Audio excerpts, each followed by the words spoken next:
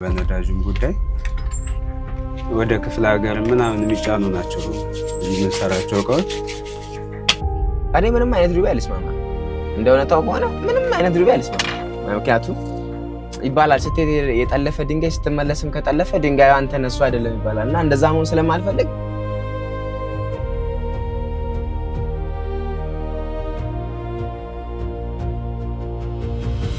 ሳብላቸዋለሁ ወይ በኋላ ወይ ከሰዓት ይሉኛል። በጣም ብዙ ብር ይዞብኝ ይሄዳል። ለኔ አሁን በዚህ ስራ 700 ብር 800 ብር ይዞ መሄድ ማለት ለኔ ከባድ ነው። ምናልባት ያ ሰውዬ ላይ ኖሮ ይችላል 100 ብር ያለ መክፈል 150 ብር ያለ መክፈል ሌላ ቦታ ሄዶ እኔ አንድ ደንበኛ በጣም የቆየ ደንበኛ ሁለት የተሰርቶ በሶስተኛው ቀን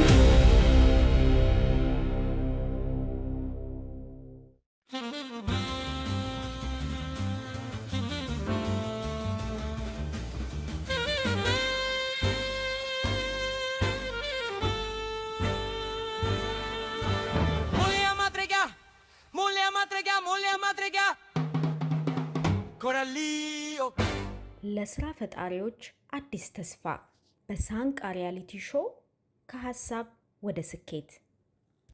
ውድ ተመልካቾቻችን ዛሬም ምርጫችሁ ስለሆነን እናመሰግናለን። ይህ ሳንቃ ሪያሊቲ ሾው ነው። እንደተለመደው ሰብስክራይብ፣ ሼር እና ላይክ በማድረግ ቪዲዮውን እንድትመለከቱ በትህትና እንጠይቃለን። በዚህ አጋጣሚ ከዚህ ዩቲዩብ ቻናል የሚገኘው ገቢ በቀጣይ ምዕራፎች ለሚወዳደሩ ስራ ፈጣሪዎች መነሻ ገንዘብ የሚውል መሆኑን እዚሁ ልናስታውሳችሁ እንወዳለን። ስለዚህ ይህንን ቻናል ሰብስክራይብ እና ላይክ እንዲሁም ሼር በማድረግ ማህበራዊ ግዴታችሁን ለመወጣት በአቋራጭ እድል ታገኛላችሁ ማለት ነው። ቀኑ አሪፍ ነው። እንግዲህ ስራ ጀምራለሁ። ትንሽ ረፈድ አድርጌ ነው ዛሬ ጀመርኩት። አየሩን ብዙ ስለሌለ ያው በነዳጅ ጉዳይ ምናምን ብዙም ገበያ ስለሌለ በቃ ታይዞብናል ስራው ትንሽ እና ያው ዝም ብዬ የምሰራቸው እቃዎች ስላሉ እነሱን ለመስራት ዝም ብዬ ተነስቼ ነው በቃ አርፍጄ የተነሳው ለዛ ነው።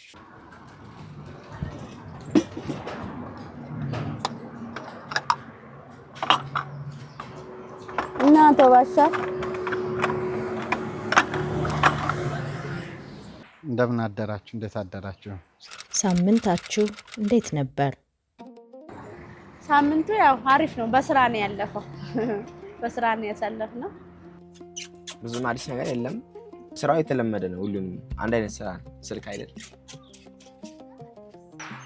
ሳምንቱ ቆንጆ ነበር፣ አሪፍ ነበረ፣ ደህና ነው። ያው በስራ ያው ቤት ለቤት መስራቱን ያው ቀጥዬበታለሁኝ። ያው እየሰራው ነው እስካሁን መስገን ነው። ሰላም ነው እግዚአብሔር ይመስገን። ትንሽ ያልቅ ሰው ገጥሞኝ ነበረ። እዛ ቆይቼ መምጣቴ ነው። አሁን እዚህ ያስጠጉኝ ሰዎች የባለቤቱ ልጅ አርፎ የሴትዮዋ ወንድም ማለት ነው እሱ ጋር ቀብር ቆይቼ ነው የመጣሁት። ወደ ምንድነው ከረዩ ነው ምናምን የሚባል ሰፈር እና እዛ ቀብር ቆይቼ ነው የመጣሁት። ያው ለባል ትንሽ እጄ ልወጣ አስቤ ነበረ ባዛር ሰዓት ሄዶብኛል። ግን አሁንም ከሰዓት ቢሆንም እጄ ልወጣ ነው። ሳምንቱ አሪፍ ነው፣ ከሞላ ጎደል አሪፍ ነው። ያው ትንሽ አንዱ ለቀን መጣንልና ያው ባልኩሽ ያው በነዳጅም ጉዳይ ወደ ክፍለ ሀገር ምናምን የሚጫኑ ናቸው የምንሰራቸው እቃዎች እና እነሱ ግዴታ መጫን አለባቸው እኛን ልንሰራ ማለት ነው። እና በዛ ኬስ ትንሽ ስራው ቀዝቀዝ ቢልም አሪፍ ነው። የተወሰነች ቀን ሰርቻለሁ። እንደ በዓል ባይሆንም አሪፍ ላይ ነው ብቻ። በመካከለኛው ምስራቅ በተፈጠረው ውጥረት የተከሰተው የነዳጅ እጥረት በእያንዳንዱ ግለሰብ ህይወት ላይ ያሳደረውን ጫና በዚህ በሳንቃ ሾው ስራ ፈጣሪ ተወዳዳሪዎችም ላይ በጉልህ ይታያል። ትንሽ ወደ ክፍለ ሀገር ምናምን የሚጭኑ ነጋዴዎች አሉ።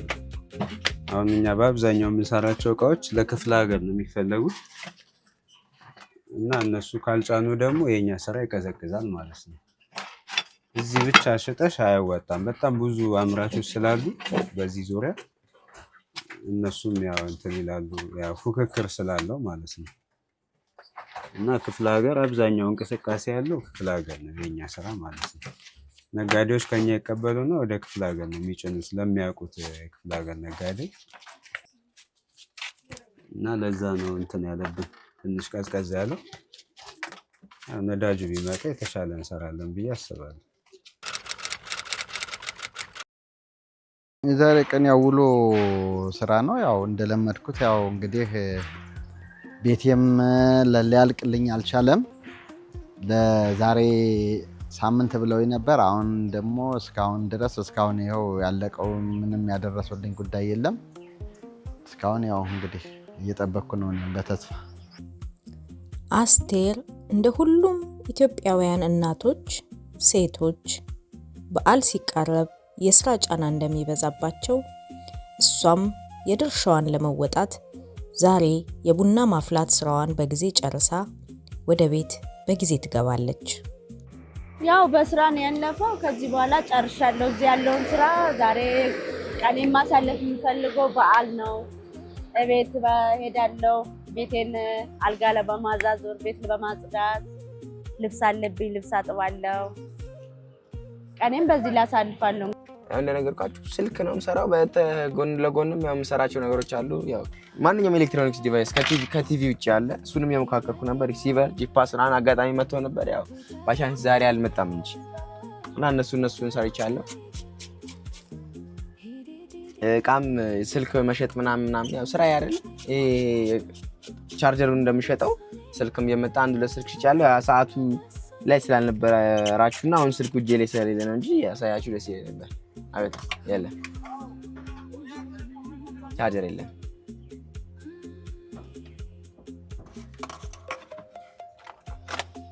ዛሬ በተለየ ትኩረት አድርገን ስራ ፈጠራ ተወዳዳሪዎቻችንን ስለ ዱቤ ጠይቀናቸዋል። በተለምዶ ዱቤ የሚባለው ለሰዎች ሳይከፍሉ ወይም በሌላ ጊዜ ለመክፈል ተስማምቶ የሚደረግ ግብይት ነው ወይም ደግሞ አገልግሎት መስጠት ነው። እናም በዱቤ የሚደረግ ግብይት ወይም አገልግሎት መስጠት ያለውን ጥቅምና ጉዳት ከብዙ በጥቂቱ አካፍለውናል። ስለ ዱቤ ያላችሁ አመለካከት? ዱቤ የኛ ስራ ዱቤ ነው የምትሸጪው። ቆይተሽ ነው የምትቀበዩ እቃውን፣ የገንዘብሽን ማለት ነው። እቃ ወስደሽ ያው ደንበኛ ታፈሪያለሽ። ለደንበኛሽ አንድ ቀንም ወቂው፣ ሁለት ቀንም ወርም ወቂው ያ ሰውዬ ዱቤ ነው ካንቺ የሚወስደው። በጣም አጓጊ ካልሆነ በስተቀር ጫማሽ የምታመርቺው እቃ ዱቤ ነው የሚወስድብሽ። እና በጣም አየር ሲኖር ያው እነሱም ወዲያው ከፍለ መውሰድ እንትን አላቸው። ክፍለ ሀገር ቶሎ ለመጫን ወይ ደግሞ የሆነ ነጋዴ ቆሞባቸው ከሆነ እየጠበቃቸው ከሆነ ያንን ያደርጋሉ። ክፍያ ከፍለው አንዴ ይወስዳሉ። ግን አብዛኛው በቃ ሙሉን በሙሉ ማለት የሚቻለው ያው ዱቤ ነው የምትሸጪው። ክሬዲት ነው ትቀበያለሽ። እየቆየሽ ነው ቢያንስ እስከ 2 ሳምንት ምናምን ልትቆይ ትችላለሽ አንድ ዕቃ ሰጥተሽ ለመቀበል ማለት ነው። እና ሪሳይክል የምታደርጊበት ያን ያህል ገንዘቡ ያስፈልግሻል፣ ባጀቱ ማለት ነው። ትንሽ ያው ስራውን ያከብደዋል።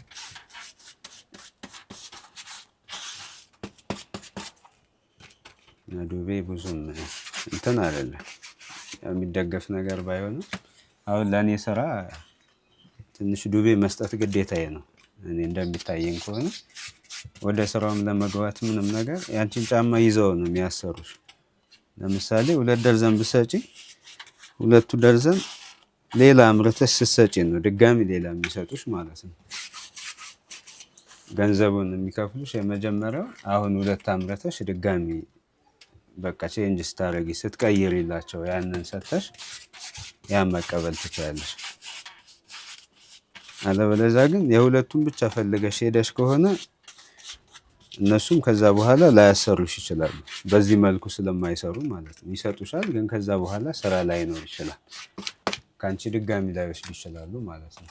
ምክንያቱም 1-2 ሰጥተሽ 2 መቀበል ማለት ዱቤ አልሰራም እንደማለት ነው። ቀጣይም ያዙሻል።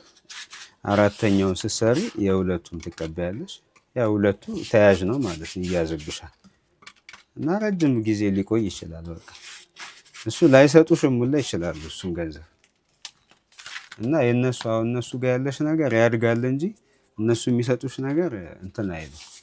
አንቺ የምትሰጫቸው እየጨመረ ይሄዳል። ከሁለት ወደ 4 ወደ 5 እያለ ግን ያሰሩሻል ስራ። እንደዛ መሆኑ ያው ስራው የምትሰሪው ገንዘብ ካለሽ ነው ማለት ነው ግዴታ። ዱቤ እንኳን አስቸጋሪ ነው። ጥሩም ነው ጥሩም አይደለም። ዱቤ ምን አለ መሰለሽ፣ ዱቤ አንዳንድ ሰው ይሰራል ይሄዳል። ያችን ያለ መክፈል የሚጠፋ ሰው አለ በዛው። ያችን ያለ መክፈል ማለት ነው። ያን ያለ መክፈል የሚጠፉ ሰዎች አሉ፣ ጨምረው የሚመጡ ሰዎች አሉ። ያው እንደ ሰው ይለያያል እንጂ ዱቤ አንዳንዴም ጥሩ ነው ብላለሁ። ያው ለምትቀርቢው ሰው መቼም ዱቤ የለኝም ስትይ መቼም ዝም አትይም። ሰርተን ምናምን እኔ አሁን ሰርቼ 3-4 ሰው ሰርቼ እሄዳለሁኝ። ዝም ብዬ አሁን አንዱ ግቢ ከገባው ማለት ነው በቃ በዚህ ቀን ይሉኛል ወይ ለደሞዝ ይሉኛል። የዛኔ ዝም ብዬ ነው የምመጣው። ግን ያው ይከፍላሉ፣ የሚከፍሉም አሉ፣ የማይከፍሉም ደግሞ አሉ። ያን ደግሞ ትምህርት እየሆነ ብዙም እኔ ዱቤ እንኳን እንትን አልሰራም። ዱቤ ላይ ያለኝ ግንዛቤ እንትን ነው።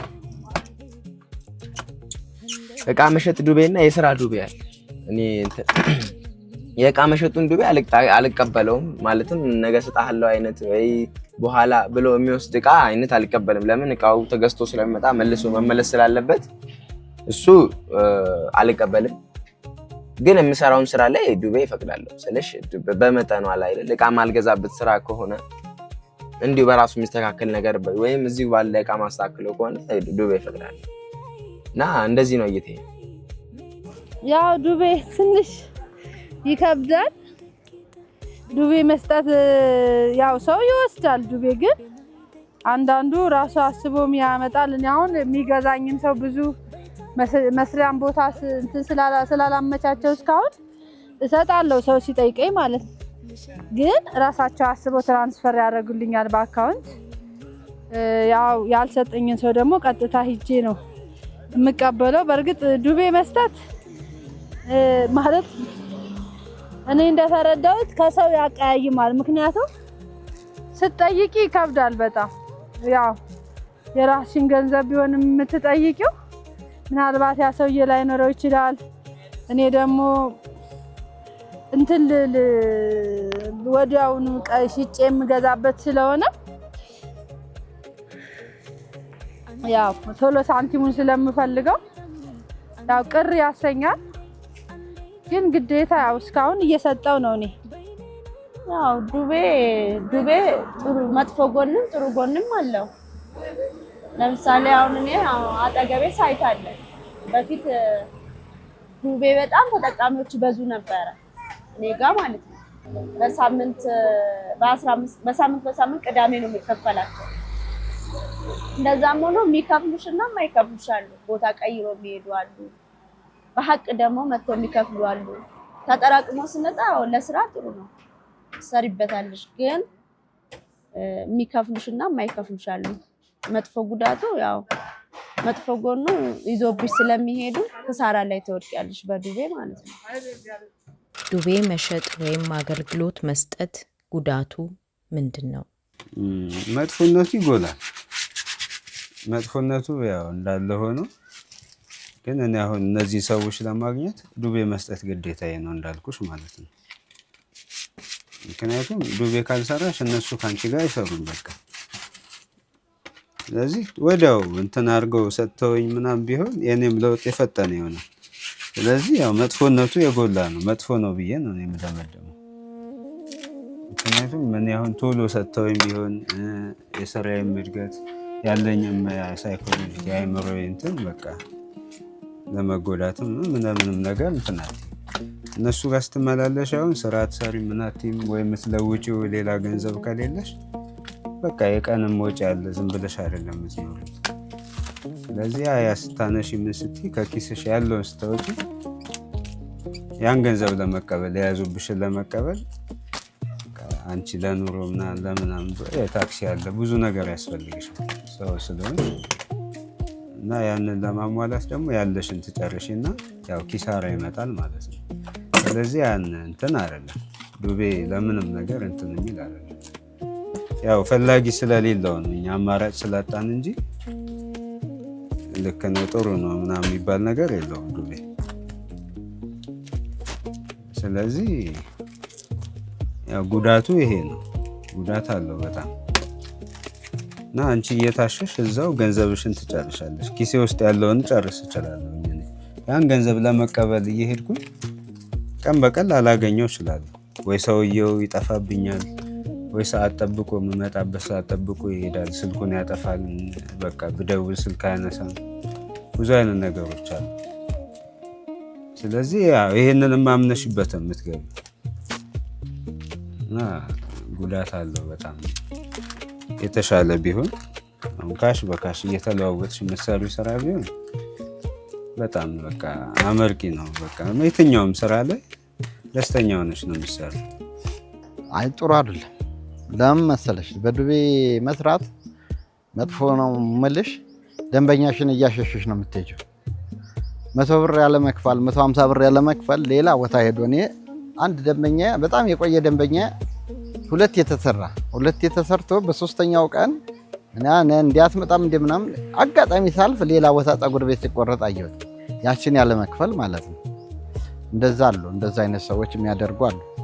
አንዳንድ ደግሞ የፈለገ ቢኖር የማይሸሽና የማይጠፋ ሰው አለ። ያ ትንሽ እንትን ይላል። እኔ ብዙም እንትን አልልበትም ብዬ አስባለሁ ዱቤ ላይ። እኔ ጥሩ አይደለም ብዬ ነው ማስበው። ጥሩ አይደለም። ለምን ከሰው ጋር ያጋጭሻል። አንደኛ ከስተምር ታጫለሽ። ያችን ዱቤ ላለመክፈል መንገድ ቀይሮ የመሄድ ነገር አለ። ለዚህ ከስተምር ስለምታጪ ዱቤ ባይሻት ጥሩ ነው ላለው እንደኔ ለዛች ለብር ብሎ በዚህ ጋር ላለመሄድ በሌላ መንገድ ይሄዳሉ፣ ይሸሽሻል። ከስተምር ታጫለሽ በዱቤ ማለት ነው። ምሳሌ ከሆነ ዱቤ መጥፎ ነው ብዬ ነው በአጠቃላይ።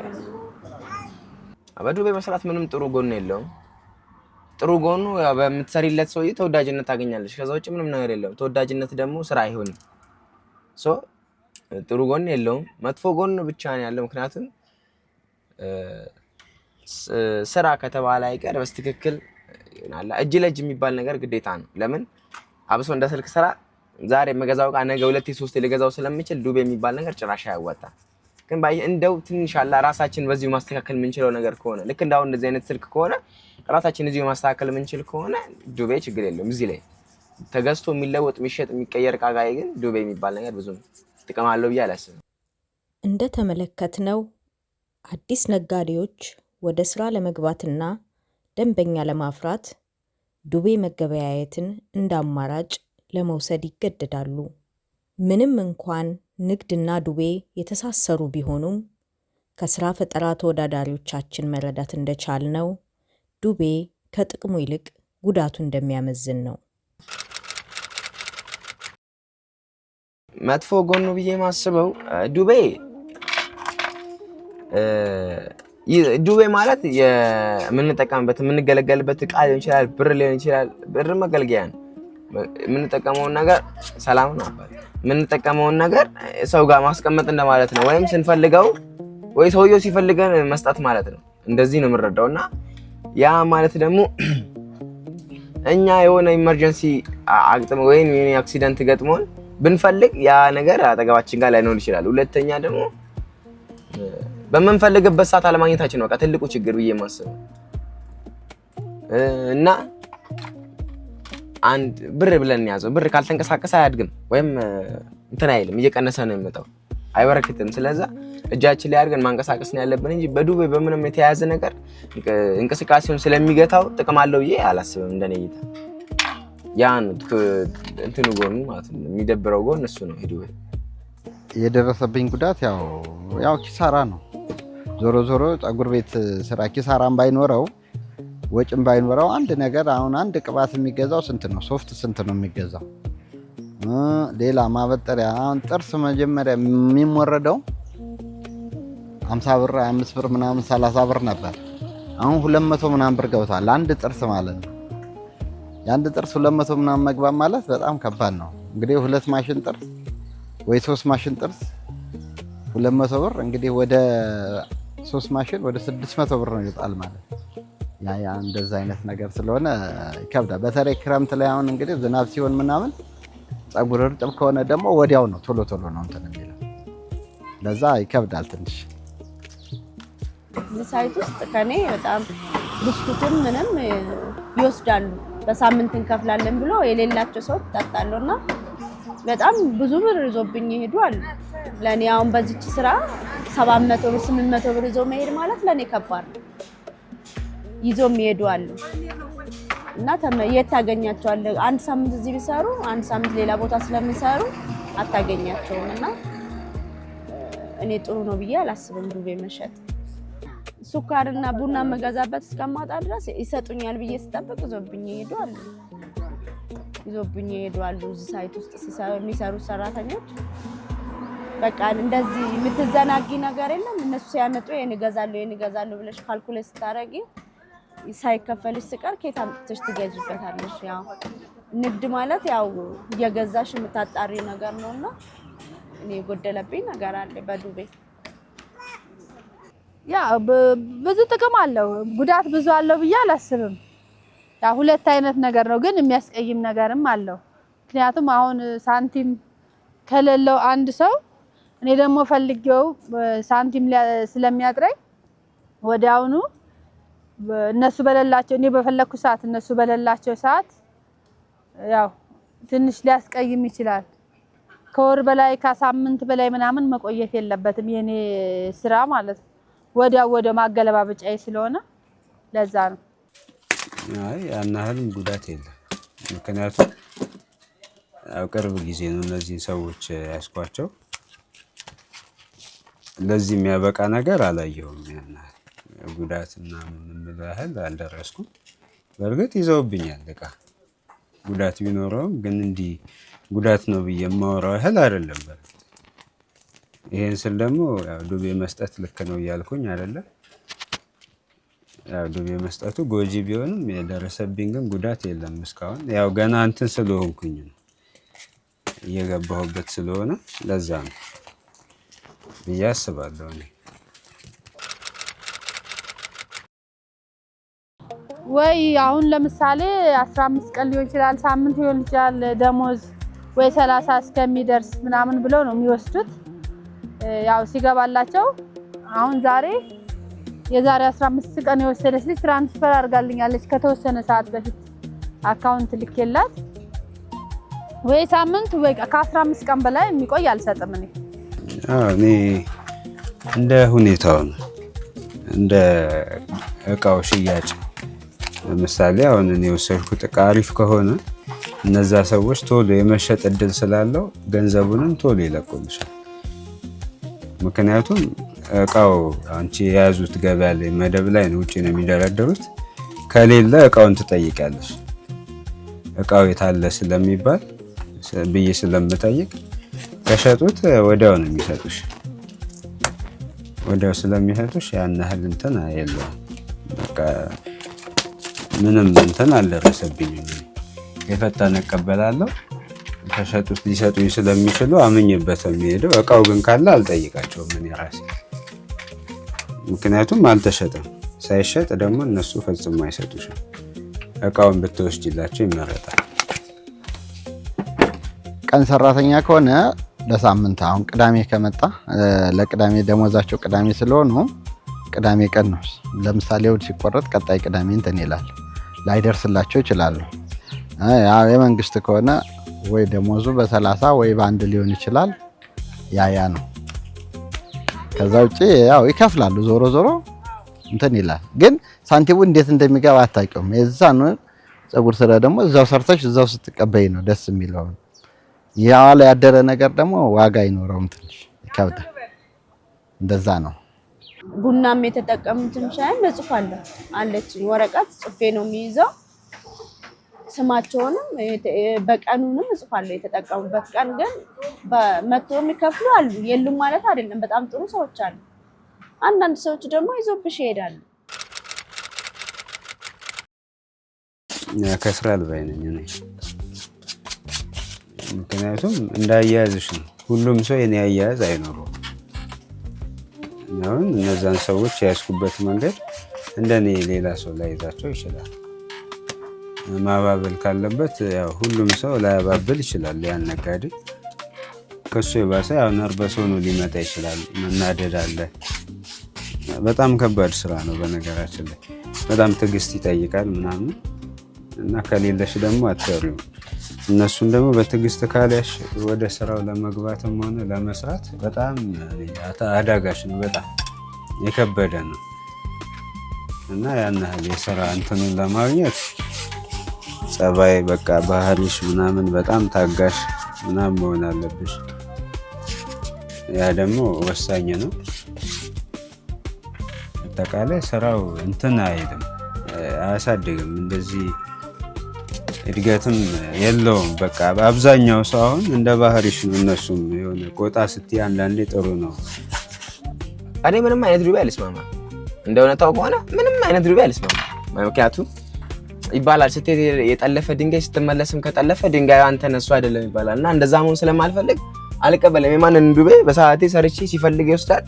ዱቤ እንኳን ብሎ ቢያስብ ስልኩን እዚህ አስቀምጠውና ብር ሲኖረው በሚፈልግበት በሰዓት መጥቶ ይቀመጣል። ቢያንስ ብሩን ይዞብኝ ቢቀመጥ ስልኩ ላይ የምሰራው ነገር ይዞብኝ ቢቀመጥ ስልኩ እኔ ጋር ነው። ነገ ከነገ ወዲያ ሰውየው ይቅር ቢል ሽጬ እኔ ለልጁ የሚገባው ለራሴ መስዶን አደርጋለሁ። ይሄ እርግጠኛ ነኝ ሆኜ የምሰራው ስራ ግን ዛሬ ወስጄው ነገ ከፍላ እንጂ ቀርቷል። እንደሱ አይነት ነገር በጣም የሚያስጠላኝ ነገር በቃ በእንደሱ አይነት ሙድ የሚመጣ ነገር ነው እና አልሰጥም። እኔ ነገ ዛሬ ከነገ ወዲያ አለ ለኔም የሚሰጠኝ የለም እኔም የምሰጠው የለም። ያከስራል እንጂ ጉዳት አለው።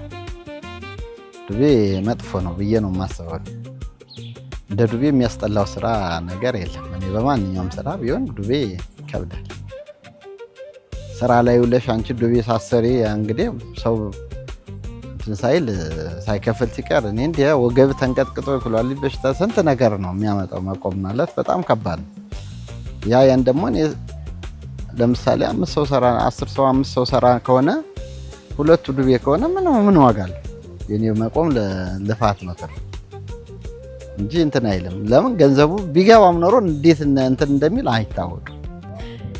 ማለት ያው ዱቤም ከሰጠች ደንበኛም ትይዣለሽ።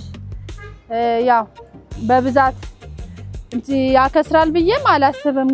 ሰው ታተርፊበታለሽ፣ ሰው ታገኛለሽ። አሁን እንደዚህ ስትሰጪ እኔ በሌላም ስራው ስላየሁት ነው። የሚያውቅ ሰው ይወስዳል። ግን አንዳንድ ሰው ደግሞ ሊረሳ ይችላል። ማስታወሰሽ ስትጠይቂ ምናምን ይከብዳል እንጂ ምንም ጉዳት አለው ብዬ አላስብም። ውድ ተመልካቾቻችን በተለይ በአነስተኛ ንግድ ላይ የተሰማራችሁ እስቲ እናንተም ስለ ዱቤ ያላችሁን ልምድና ሐሳብ በሐሳብ መስጫ ሳጥኑ ላይ ያስቀምጡልን። የዛሬው ሳምንታዊ ጉብኝት ዝግጅታችን እንደተመለከታችሁት ነበር። ጠቃሚ ነገር እንዳገኛችሁበት ተስፋ እናደርጋለን። እስከ ቀጣይ ሳምንት መልካም ቆይታ።